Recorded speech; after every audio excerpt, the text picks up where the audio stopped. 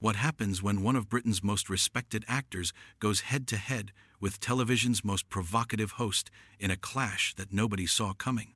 You won't believe what unfolds when Sir Ian McKellen sits down with Jonathan Ross for what was supposed to be a standard promotional appearance, only to witness one of the most explosive confrontations in British television history. Before we get into this incredible story, make sure you hit that subscribe button and drop a comment below, because you're not going to believe what unfolds when these two powerhouses collide in the most unexpected way possible. Last night's episode of The Jonathan Ross Show was meant to showcase McKellen's latest theatrical endeavors, but instead delivered a masterclass in tension that had viewers glued to their screens and social media exploding with reactions. What started as casual banter quickly spiraled into something far more sinister, with both men revealing sides of themselves that shocked audiences nationwide. The trouble began almost immediately after McKellen settled into the famous red chair. Ross, known for his cheeky irreverence, seemed determined to push boundaries from the very first question. "Sir Ian, you've been in the business for decades now." Ross began with his trademark grin. "But I have to ask, don't you think it's time some of these older actors stepped aside for fresh talent? I mean, how long can you keep playing the same types of characters?" The question hung in the air like a loaded weapon. McKellen's expression shifted almost imperceptibly, the warmth in his eyes cooling to something harder. "I'm sorry, Jonathan, but are you suggesting that experience and craft should be discarded in favor of youth and inexperience?" Ross leaned back in his chair, clearly enjoying the discomfort he'd created. "I'm just saying, maybe it's time for some new blood. The audiences are younger now. They want to see themselves represented, not the same old faces doing Shakespeare for the 100th time." The audience stirred uneasily. This wasn't the playful teasing Ross was known for. This felt different, more calculated. McKellen's jaw tightened visibly as he processed the implications of what had just been said. "The same old faces?" McKellen repeated slowly, his voice carrying a dangerous edge that seasoned theater goers would recognize immediately. "Jonathan, I think you're confusing longevity with irrelevance. Some of us have spent decades perfecting our craft, while others have built careers on cheap laughs and superficial entertainment." The camera caught Ross's face in perfect detail as the barb hit its mark. His practiced smile faltered for just a moment before returning with renewed intensity. "Well, that's a bit rich coming from someone who's made millions playing wizards and villains in blockbuster movies. Hardly Shakespeare, is it?" The tension in the studio was now palpable. Audience members exchanged nervous glances, while crew members behind the cameras shifted uncomfortably. This was uncharted territory, even for a show known for its unpredictable moments. McKellen leaned forward, his theatrical training evident in every controlled movement. "At least I bring something to those roles beyond crude innuendo and schoolyard humor. Tell me, Jonathan, when was the last time you created something that didn't rely on making people uncomfortable for cheap entertainment?" Ross's laugh came out forced and brittle. "Oh, I see what this is about. You're upset because I'm not treating you like some untouchable theatrical god. Sorry, Sir Ian, but this is my show, and I'll ask whatever questions I bloody well please." The use of McKellen's title dripped with sarcasm, and the veteran actor's composure finally began to crack. His hands gripped the armrests of his chair as he fixed Ross with a stare that could have frozen hell itself. "Your show?" McKellen's voice rose slightly, each word carefully enunciated. "This pathetic excuse for entertainment, where you parade celebrities like performing monkeys? Where genuine talent comes to be mocked by someone whose greatest achievement is making obscene gestures with his hands?" The audience gasped audibly. Several people in the front row looked genuinely shocked at the sudden escalation. Ross's producer could be seen in the wings, frantically gesturing to his team as the situation spiraled beyond anyone's control. Ross's mask slipped entirely now, revealing something uglier beneath the jovial television persona. "At least I don't hide behind fancy titles and pretend that prancing around on stage makes me better than everyone else. You want to talk about performing monkeys? What do you call decades of the same overwrought performances?" McKellen stood abruptly, his chair scraping against the floor with a sound that cut through the studio like a knife.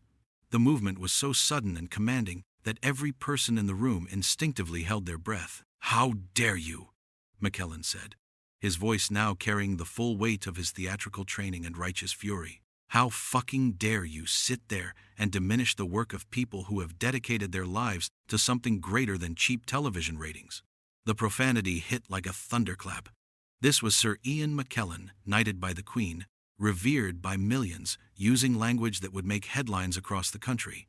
Ross's eyes lit up with malicious delight, sensing blood in the water.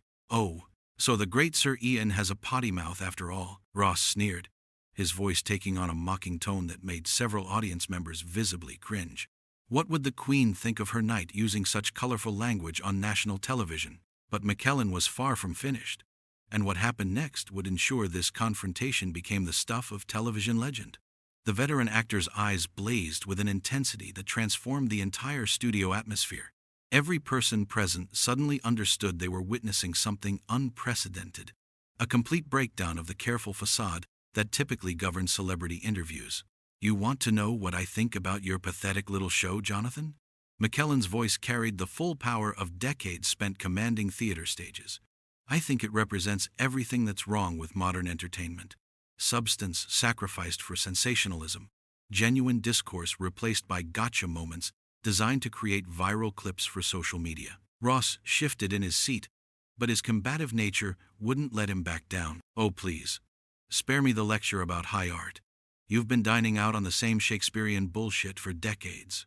At least I'm honest about what I do. I entertain people without pretending it's some noble calling. The word bullshit sent another ripple through the audience. This was rapidly becoming the kind of television moment that would be dissected and analyzed for years to come. McKellen's face darkened at the deliberate provocation. Shakespearean bullshit? McKellen repeated, his voice dropping to a dangerous whisper that somehow carried more menace than shouting.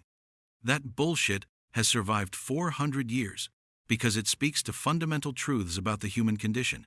What legacy will your juvenile pranks and celebrity gossip leave behind?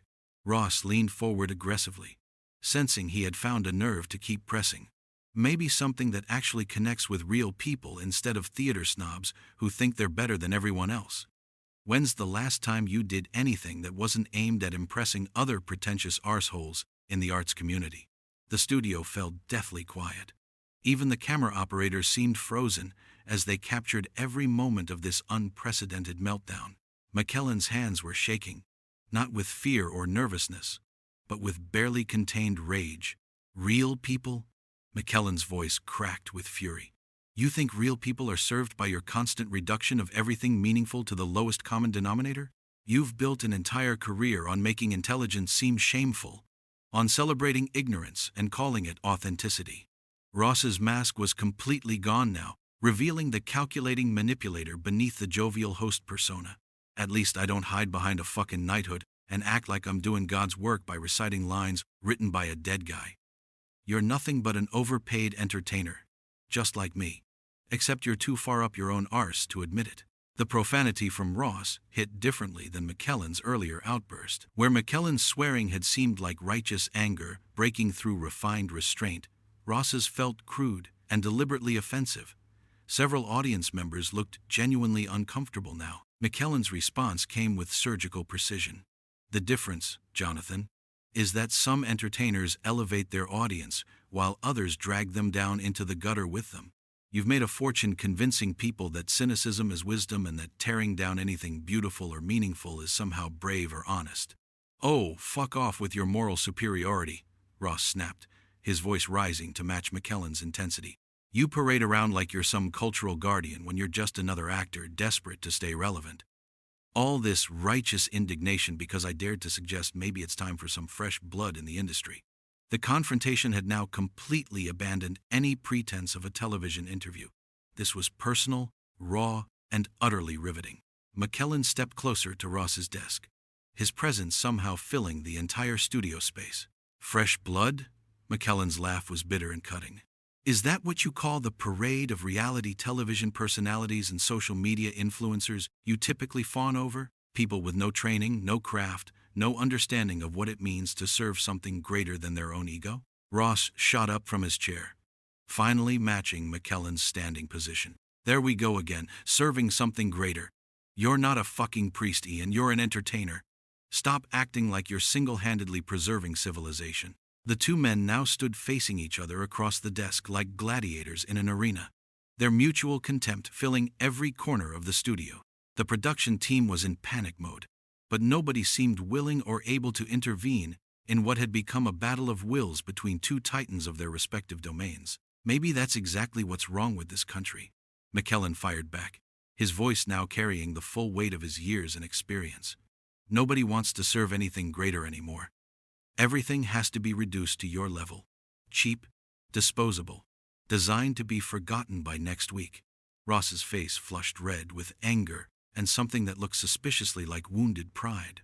My level? My level pays for this studio, puts food on the tables of everyone who works here, and gives millions of people a break from their miserable lives. What does your precious high art do except make people feel stupid for not understanding it? The accusation hung between them like a gauntlet thrown down. McKellen's response would determine whether this confrontation burned itself out or exploded into something even more spectacular. It gives them something to aspire to, McKellen said quietly, but his words carried the force of absolute conviction. It shows them that human beings are capable of creating beauty and meaning that transcends our animal instincts.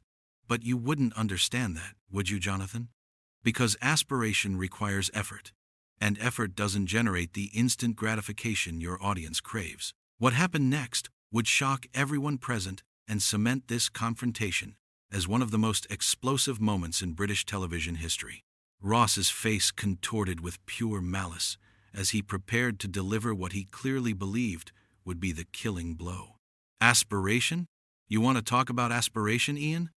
How about we talk about reality for a change? How about we discuss why a man of your age is still desperately clinging to relevance instead of gracefully stepping aside? The words hit McKellen like physical blows, but instead of retreating, something extraordinary happened. The veteran actor's entire demeanor shifted, drawing upon decades of stage experience to channel his fury into something magnificent and terrifying. Desperately clinging? McKellen's voice rose with theatrical power that seemed to shake the very foundations of the studio. I've spent 70 years perfecting my craft, while you've spent your career perfecting the art of being a professional arsehole. Every day I step onto a stage or in front of a camera, I bring decades of knowledge, skill, and genuine passion for the work. What do you bring, Jonathon? What is your contribution to anything meaningful? Ross's confidence began to waver as he realized he might have pushed too far, but his ego wouldn't let him retreat. I bring entertainment that people actually want to watch, not some dusty museum piece that makes audiences feel guilty for enjoying themselves. McKellen stepped around the desk now, closing the physical distance between them in a move that was both theatrical and genuinely intimidating. Museum piece? You ignorant, small-minded little man.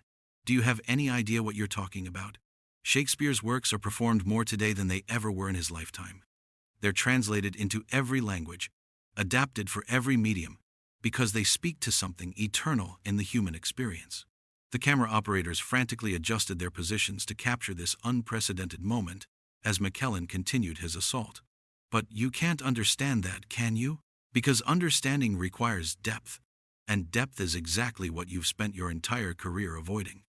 You've built your reputation on surface-level observations and cheap shots because you're intellectually incapable of engaging with anything substantial. Ross's face was now bright red, a mixture of embarrassment and rage. Fuck you, Ian. Fuck you and your superior attitude. You think being old makes you wise? You think having a title makes you important? You're just another aging actor who can't accept that the world has moved on without you. The audience gasped at Ross's loss of control, but McKellen seemed to grow stronger with each attack. The world has moved on? Is that what you call this race to the bottom you've helped accelerate?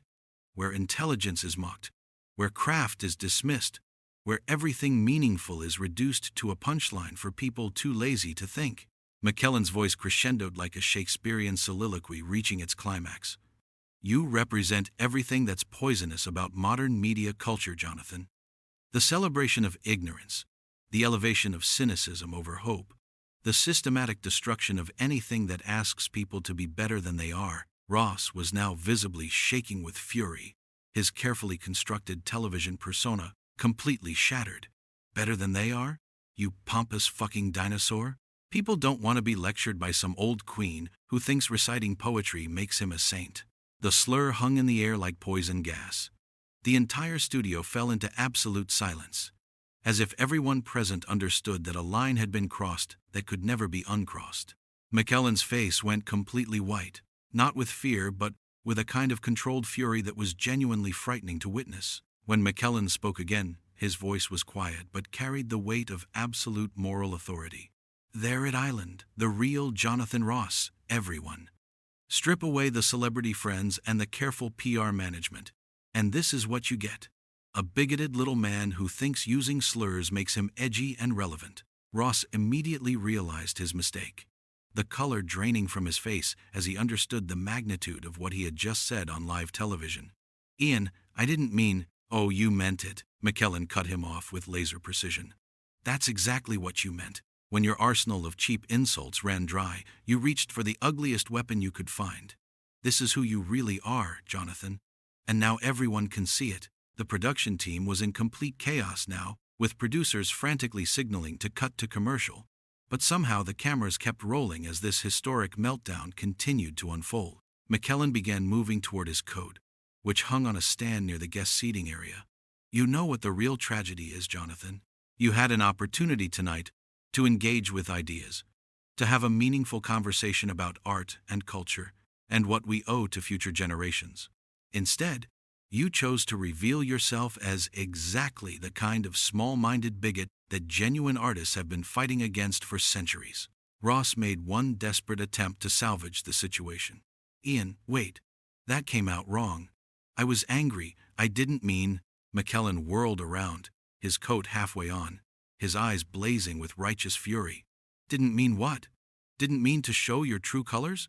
Didn't mean to prove every point I've made about the toxic culture you represent? Or didn't mean to get caught doing it on live television?" The veteran actor finished putting on his coat with deliberate, theatrical precision. "You want to know the difference between us, Jonathon? When I lose my temper, I defend something I believe in. When you lose yours, you attack people for who they are. That tells you everything you need to know about our respective characters." Ross stood frozen behind his desk, apparently unable to form words as the full weight of his career-ending mistake began to sink in. McKellen walked toward the studio exit, but stopped just before reaching the door. "Ladies and gentlemen," he addressed the audience directly, his voice carrying the full power and dignity of his theatrical training. "You've just witnessed a perfect example of why standards matter, why dignity matters, and why we must never allow the lowest common denominator to become our highest aspiration. Thank you for your attention. And I apologize that you had to witness such a disgraceful display of prejudice disguised as entertainment." With that, Sir Ian McKellen walked out of the studio with his head held high, leaving behind absolute silence and one of the most devastating indictments of modern television culture ever delivered. Ross remained standing behind his desk, looking like a man who had just watched his career implode in real time. The cameras finally cut to commercial, but the damage was done.